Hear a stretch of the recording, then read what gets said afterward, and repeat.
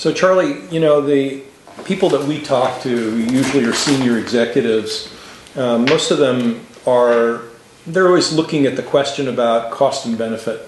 Right. And I think one of the ways that they think about it is, look, I want to know how do I improve the performance of my people, but you really have to do it in a timely and effective manner. I don't have all Right. day. And so what would you say about that? Most managers that we work with approach performance problems taking on a motivator role, which can be kind of very time consuming and, in our opinion, not all that effective. So when you say motivator role, you mean like that person is the one who is the external motivator for... Right, yeah. I think most managers assume I have to do one of two things. I need to motivate this person. I either do that through tough love. Mm-hmm. You can do it if you want to. Where there's a will, there's a way. Right. Or they take on a cheerleader kind of role. I know you can do it, mm-hmm. and I'm there with you. Mm-hmm. And what our performance consulting model asks our clients to do is to see themselves more as a concerned scientist or a thoughtful detective. That your job as a manager is to kind of try to analyze what's going on, really get behind what the performance issues are, mm-hmm. And then come up with some improvements, some ideas for improvements. And to your point about taking time, our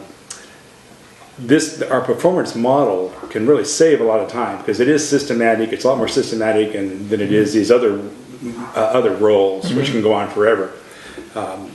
So to get into some of the specifics, we encourage our managers to begin their scientific directive work by asking probably one of the most important questions in our performance consulting model is, what do you want this person to do more of, better or differently, mm-hmm. than in order to meet the requirements of the task that's under consideration? Mm-hmm. We think that is probably the most critical questions that need to be asked in this area of performance improvements, and is often not asked. Mm-hmm.